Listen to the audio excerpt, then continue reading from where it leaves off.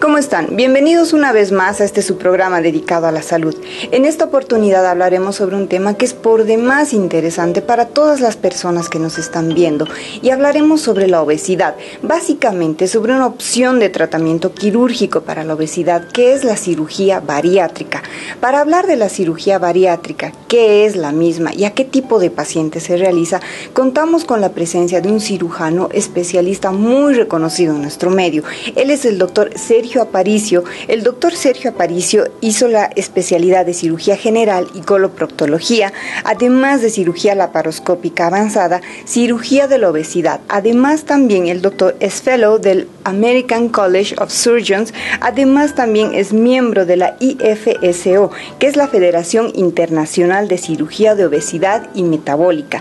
Además también el doctor Sergio Aparicio es presidente nacional del Comité de Cirugía Bariátrica y Metabólica de la Sociedad Boliviana de Cirugía en la gestión 2015 y 2016. Es de verdad un honor y un placer contar con la presencia del doctor Sergio Aparicio en nuestro programa. Doctor, bienvenido a nuestro programa. Muchas gracias por la presentación.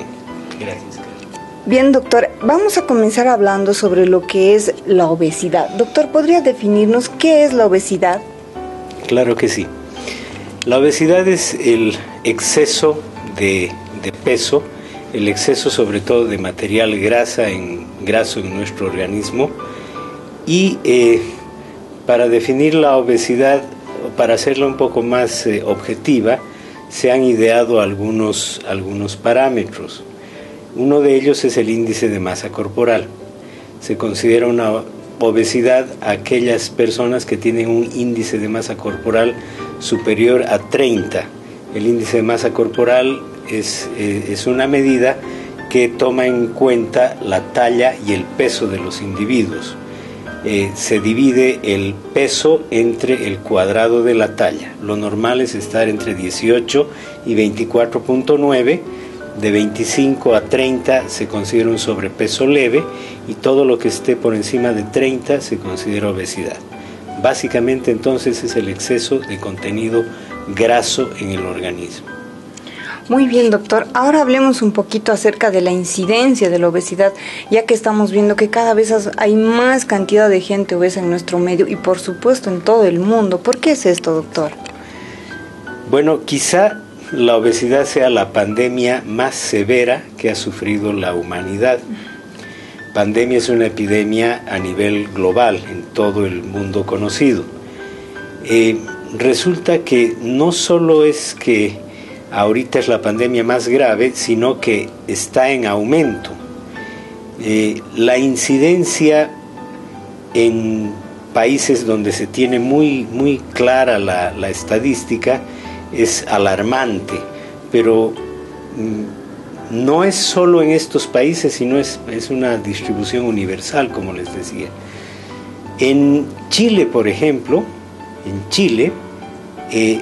cerca del 40% de la población para el año 2000 tiene algún grado de sobrepeso u obesidad. Y lo más drástico es que los niños tienen una incidencia en Chile de cerca de 50% de sobrepeso y obesidad. En nuestro medio, en Bolivia, no hay una estadística muy clara. Sin embargo, hace unos años se hizo un trabajo por la Sociedad de Endocrinología donde se buscó en el eje troncal Santa Cruz, La Paz y Cochabamba cuál era el índice de obesidad o cuál era la incidencia de obesidad y diabetes, y resultó de manera interesante que la ciudad con mayor incidencia era Santa Cruz, con cerca del 30%. Y la segunda ciudad, no era Cochabamba, era el Alto de La Paz. Y en tercer lugar estaba Cochabamba, ¿no?, con porcentajes más bajos. Sin embargo, es importante saber que esto es de una distribución absolutamente universal. No es privativa de los países desarrollados, como se pensaba en algún momento, sino también de los países en vías de desarrollo. La obesidad tiene una distribución absolutamente universal. Y como les decía, lo más peligroso es que va en aumento. Para que tengan una idea de cuánto va aumentando, para 1930, la década del del 30-40, se consideraba que en el mundo una de cada 10 personas en el mundo tenía algún grado de sobrepeso u obesidad. Imagínense ustedes para la década del 2000 adelante, 2010, 4 de cada 10, se ha cuadruplicado la incidencia de sobrepeso y obesidad.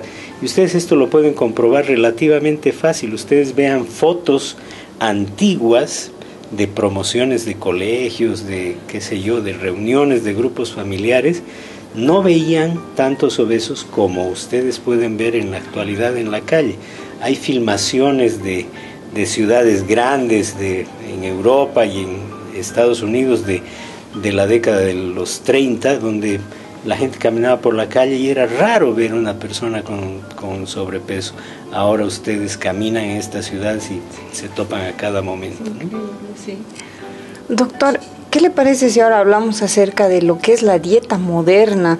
Porque lo que se come ahora no es lo mismo que se comía, como usted dice, hace unos 30, 40, 50 años atrás, doctor. Exactamente. ¿Por qué está en aumento la obesidad? En realidad, esta es la pregunta que nos deberíamos hacer, ¿no? ¿Por qué se ha cuadruplicado el porcentaje de obesos en el mundo en estos últimos años? Y es pues justamente por el cambio de dieta. Resulta que el ser humano al poblar el mundo, es la especie que ha dominado el mundo y ha poblado el mundo, este mundo conocido, necesitaba utilizar la inteligencia para alimentar a toda esta gente. Ustedes se imaginan 6.000 millones de personas en el mundo para esta época. ¿Cómo alimentar a estas personas? Entonces se empezaron a modificar los alimentos, a conservarlos, a volverlos más ricos en calorías, más fáciles de digerir. Y esto no ha ido acompañado a un cambio en nuestro metabolismo y en nuestro organismo. El ser humano, imagínense ustedes, hace algunos cientos de miles de años, el ser humano era esencialmente recolector. Y era primero recolector de hojas, de verduras, le vamos a llamar entre comillas, ¿no? El ser humano comía hojas y verduras. Resulta que las hojas y verduras tienen un muy bajo contenido de calorías y tienen un muy rico contenido en fibra. Entonces, para que el hombre de esa época, de hace cientos de miles de años, consuma la cantidad necesaria de energía para sobrevivir, necesitaba comer grandes cantidades de hojas y verduras. Entonces tenía un estómago grande y un intestino delgado muy largo. A medida que van pasando los años, el ser humano empieza a cazar animales.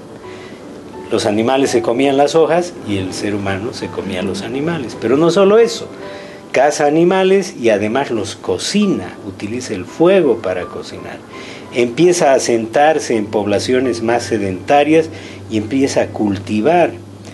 No solo cultiva, empieza a refinar los alimentos. Imagínense ustedes el trigo.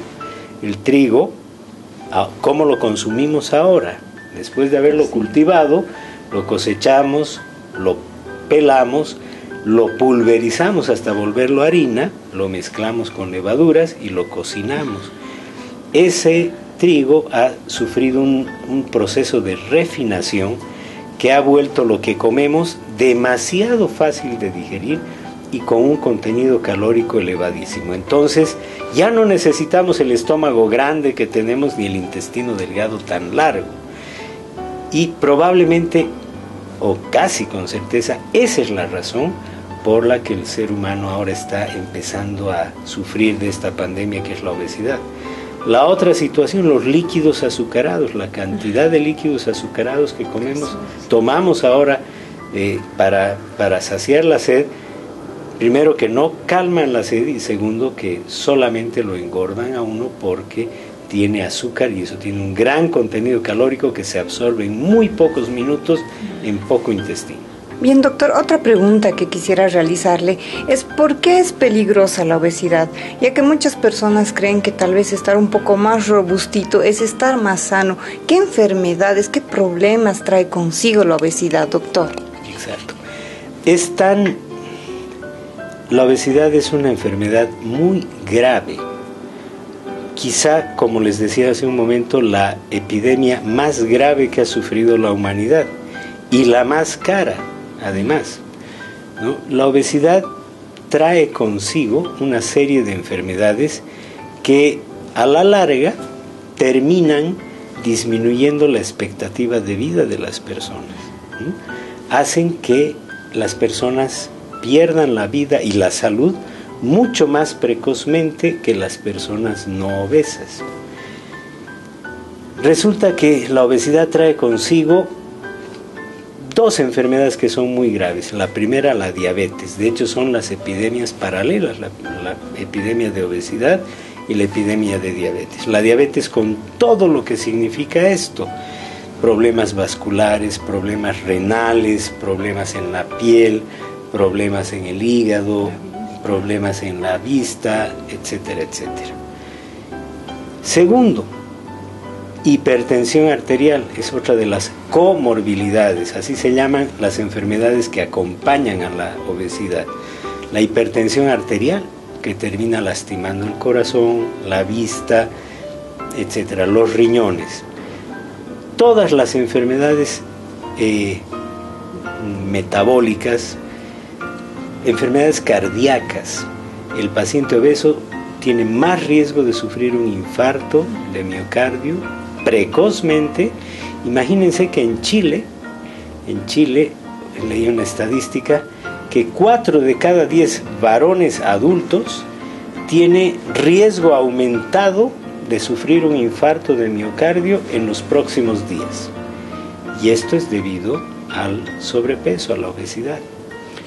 Enfermedades del hígado, el hígado graso que termina después de un tiempo en cirrosis. Enfermedades pulmonares, el paciente obeso termina con el pulmón restringido, se duerme fácilmente porque no respira lo suficiente y se va acumulando CO2 en el organismo y eso hace que se duerma muy fácilmente. Apnea del sueño, que es una de las cosas muy graves, hace que los pacientes obesos descansen poco.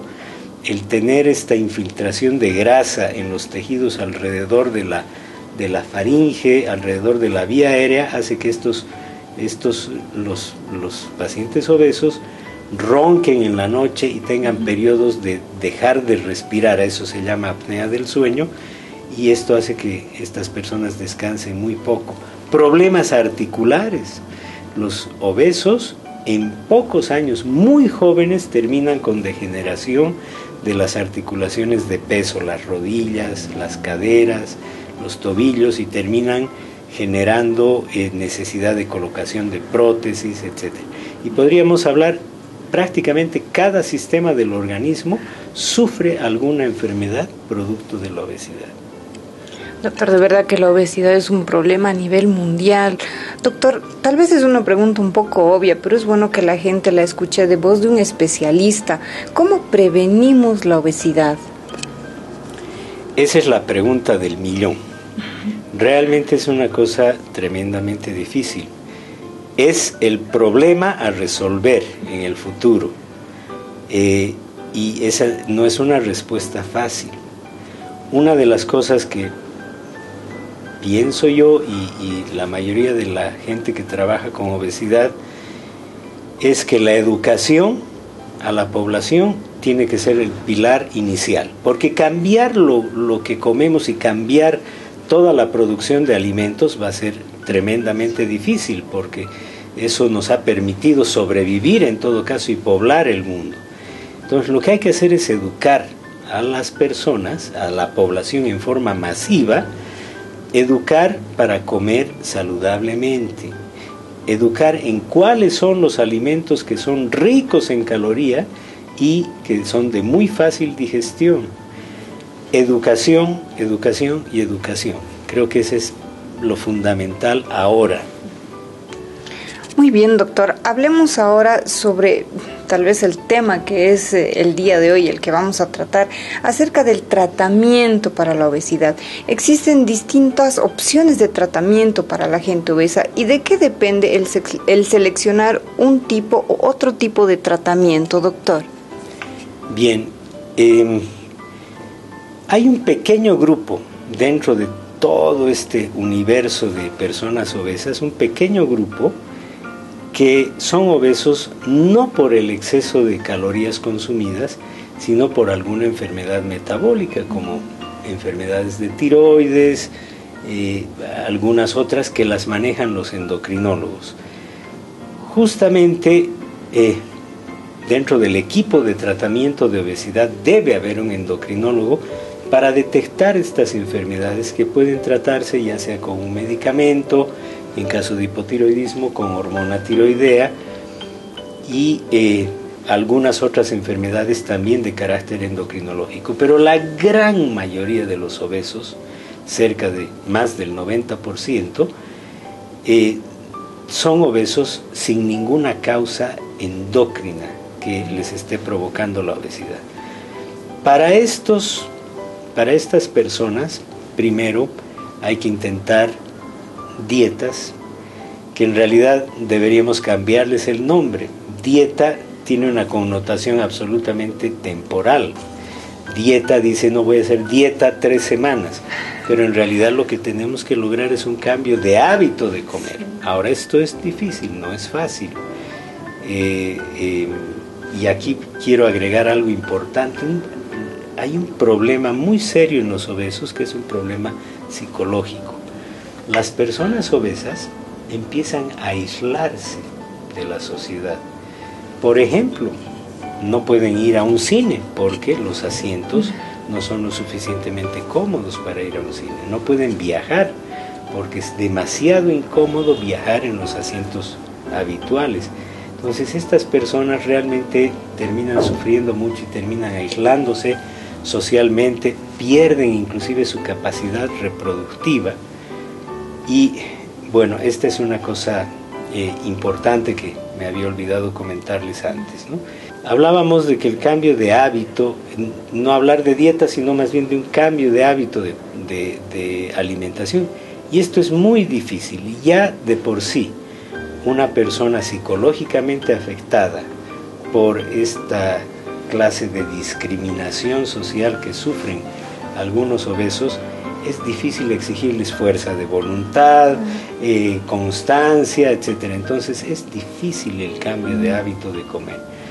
Quizá si empezamos con una educación desde la niñez, las próximas generaciones se cuiden mejor y los hábitos de comer sean más saludables.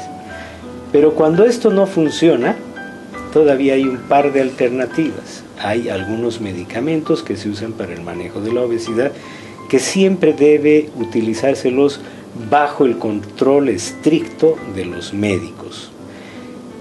Uno de ellos es la sibutramina, que es una anfetamina que produce pérdida del apetito, y el otro es el Orlistat, que es un medicamento que hace que no absorbamos grasa.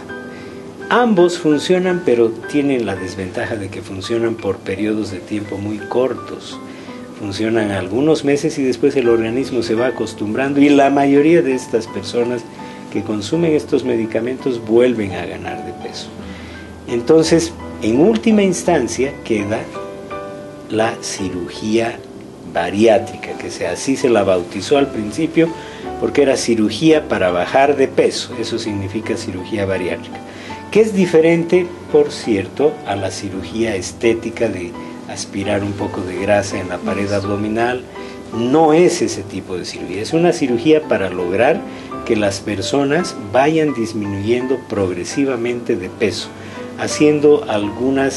manipulando el intestino delgado y el estómago, haciendo que el paciente coma un poco menos o absorba de no muy buena manera los alimentos, etc. Y modificando la relación del intestino delgado distal, que es el importante para dejar de comer, con el estómago. Doctor, ¿cualquier tipo de paciente puede someterse a lo que es la cirugía bariátrica? ¿O existe algún tipo de restricciones para algunos tipos de paciente? ¿O a partir de cierto grado de obesidad es que se reserva lo que es la cirugía bariátrica, doctor? Muy bien. La cirugía bariátrica, antes quisiera yo entrar un poquito más en en algunos de los procedimientos que se ofrecen, ¿no? Básicamente los procedimientos ahorita universalmente aceptados consisten en disminuir, seccionando, cortando una parte del estómago, disminuir la capacidad gástrica, mejorar o acelerar el vaciamiento gástrico y puentear partes del intestino delgado de tal manera que el alimento, sin digerir, llegue más rápidamente a la última parte del intestino delgado. Al llegar alimentos sin digerir a la última parte del intestino delgado, el organismo interpreta esto como que ya se comió lo suficiente.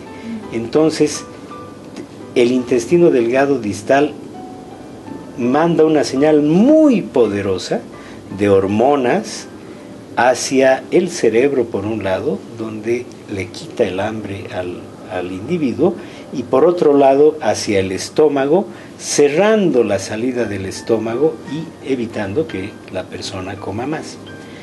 Entonces, la cirugía es nuevamente cortar un pedazo de estómago en diferentes formas.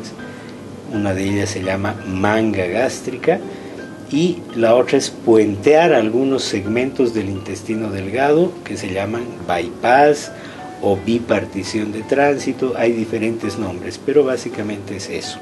Ahora, ¿cuáles son las indicaciones de cirugía bariátrica? ¿A quiénes se puede operar? Las instituciones que manejan la salud pública reconocidas mundialmente en los Estados Unidos dicen que personas con índice de masa superior a 40 son candidatas de cualquier manera a cirugía bariátrica, y personas que están entre 35 y 40 siempre y cuando tengan una o más comorbilidades, las enfermedades que trae consigo la obesidad. Entonces, esas son las dos indicaciones claras. Límite de edad, que yo quiero decirles. Lo ideal es que el paciente haya pasado la pubertad, o sea, cerca de 17, 18 años, y hacia arriba los pacientes entre 55 y 60 años. Ese es el tope máximo. El tope mínimo, 17, 18 años, y el máximo, 60 años. Aunque esto puede ser flexible, sobre todo en la edad, en el tope máximo de edad, no en el mínimo, en el tope máximo de edad puede ser flexible cuando las personas tienen una buena condición, un buen estado físico a pesar de la obesidad. Muy bien, doctor. Y si varios pacientes se someten a lo que es la cirugía bariátrica, estamos seguros que en su vasta experiencia ha visto muchos de estos casos, ¿cuáles son las posibles complicaciones que podría traer la cirugía bariátrica? Esa es una también muy buena pregunta. Como cualquier procedimiento quirúrgico, la cirugía para bajar peso tiene posibilidad de complicarse, pero hay un estudio muy interesante de una cohorte, quiere decir de un grupo grande de personas que se siguió durante mucho tiempo, donde se dividieron los pacientes en dos grupos, obesos que se operaron y obesos que no se operaron. Resulta que después de 10 o 15 años, los obesos que no se operaron corrían 4 o 5 veces más riesgo de morirse en este periodo de 10 años, comparándolos con el grupo de obesos que sí se operaron, incluyendo la mortalidad quirúrgica. Entonces, fíjense, es más riesgoso, aumenta la posibilidad de perder la vida en un paciente obeso durante un periodo determinado de tiempo versus después de haberse operado para bajar de peso y lograr bajar de peso. Entonces es una cosa muy importante. Las complicaciones, ahora sí podemos hablar de complicaciones, aunque son raras, algunas pueden ser graves.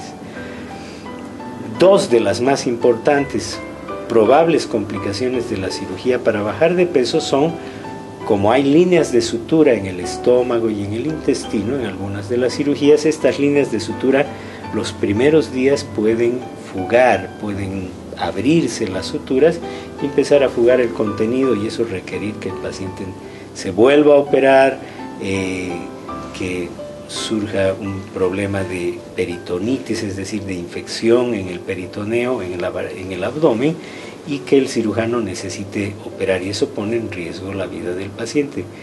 Pero la incidencia es muy baja. Y el segundo riesgo importante de la cirugía bariátrica es la posibilidad de que durante un procedimiento quirúrgico largo, relativamente largo, se coagule la sangre en las venas de las piernas y esos coágulos pueden viajar hacia el pulmón. No sucede pues no sucede en grandes proporciones, ¿no? Sino en porcentajes muy bajos. La incidencia, por ejemplo, de que se abran las suturas es menos del 2%, es decir, de cada 100 pacientes 2 o menos. Y la incidencia de trombosis, que así se llaman los coágulos, es también muy baja, y de hecho se hacen muchas maniobras para prevenir ambas complicaciones. Doctor, gracias a la explicación que usted nos está dando, nos está dando a entender que es mucho mejor someterse a la cirugía bariátrica que quedarse obeso. Doctor, una persona que se somete a la cirugía bariátrica, ¿qué cuidados debe tener después de la cirugía? Por supuesto, seguramente modificar la dieta. ¿Y qué tiempo después de la cirugía puede ver cambios reales en su cuerpo? Evidentemente, la cirugía no es como una varita mágica que uno lo opera y al día siguiente uno está muy delgado. La cirugía bariátrica requiere también esfuerzo de parte del paciente. Entonces, los equipos donde se operan, esto no lo hago yo solo, sino se hace como en todas partes del mundo donde se practica responsablemente el manejo de la obesidad, se hace con un grupo grande, multidisciplinario e interdisciplinario, donde participan nutricionistas, psicólogo, endocrinólogo, cardiólogo, gastroenterólogo, todas las especialidades que tienen que ver con la obesidad. Entonces, ¿qué cuidados? Más que cuidados, debe ir esto acompañado de un cambio en el hábito de comer. Se le enseñan buenas prácticas de alimentación a los pacientes. De hecho, la cirugía ayuda porque el paciente tiene menos hambre, se llena con menos comida, se le indica que tiene que tomar pocos líquidos azucarados y mejor suprimirlos de la alimentación. En fin, comer porciones pequeñas repetidas varias veces por día. Ese es el cambio en el hábito de comer. Después, algunas cirugías que producen mala absorción, como el bypass gástrico, es decir, que no absorbe bien los alimentos que come el individuo, algunas de estas cirugías requieren que las personas tomen vitaminas durante el periodo posterior a la cirugía, ¿no? Y algunas veces de por vida. Esto siempre bajo el control del endocrinólogo. Y la última parte de la pregunta que decía, ¿en cuánto tiempo se notan los efectos de la cirugía bariátrica? Esto también debe tener muy claro el paciente que va a ser sometido a este procedimiento, porque las expectativas pueden ser demasiado grandes. El primer mes después de la cirugía, como el paciente es sometido a una dieta estricta para cuidar las líneas de sutura de la cirugía, es el mes que más peso pierde. Puede variar, hay algunas personas que pierden 6 kilos el primer mes, hasta otras que han perdido 18 kilos en un mes. Pero no es la velocidad permanente. La velocidad ideal es entre 2 y 4 kilos por mes. Tiene que ser una pérdida lenta, progresiva, que no desnutra a la persona. Y eso se logra con estas cirugías. A partir del segundo mes la pérdida es 2 a 4 kilos por mes. Pero no es una pérdida que es indefinida. Hay un momento en el que el organismo se adapta a este nuevo orden entre el estómago y el intestino, y la persona deja de perder peso y tiene una pequeña subida. Esto sucede entre el primero y segundo año posteriores a la cirugía. Es cuando se detiene la pérdida de peso. Doctor, muchísimas gracias por su presencia en nuestro programa. Estamos seguros que muchas personas van a desear realizar una consulta con el doctor Sergio Aparicio. Por supuesto, tal vez muchas personas ni siquiera sabían que se realizaba la cirugía bariátrica en Bolivia. Y para todas aquellas personas que en los distintos puntos de nuestro país que están viendo nuestro programa, están pasando en pie de pantalla los números de teléfono del doctor Sergio Aparicio.